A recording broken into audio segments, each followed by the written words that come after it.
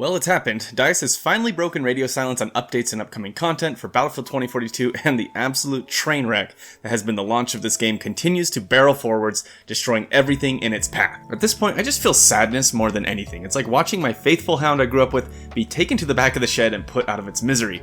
Of course, if you enjoyed the video, let me know by liking it and subscribing if you have not, but we got a new briefing from DICE which includes information on the next few patches, as well as info on Season 1, and to say it's completely underwhelming would be an understatement. The next update, which doesn't arrive until late February or possibly early March, still touts its big feature as a basic scoreboard.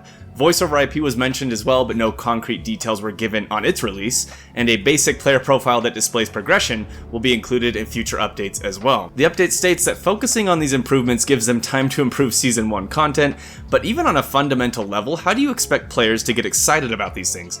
These are basic, simple features that have been in every Battlefield game to date. Outside of complete inexperience or incompetence, I have no idea what could take so long to implement something as simple as a scoreboard or a profile. Which leads us to the bomb they just dropped on the community with something so hilariously inept that it can only mean there was no content to begin with. Battlefield 2042, a so-called live service game, has had its first season delayed until the summer.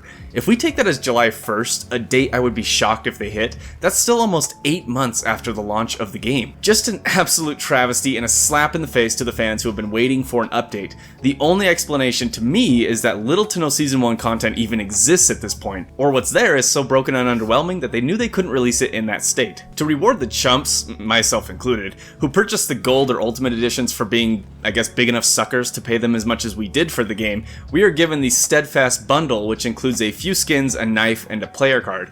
And this doesn't even arrive until the next update at the end of the month. This little olive branch is looking like a poor excuse to me for what is quickly becoming the death of one of the biggest first-person shooter franchises in the market. I'm actually speechless, and there's really nothing else I can add here that others haven't said more eloquently and in fewer words, but Battlefield 2042, while I've certainly had fun with it, is just a disgrace to the Battlefield name, and this level of quality assurance and control is something that just cannot be tolerated any longer.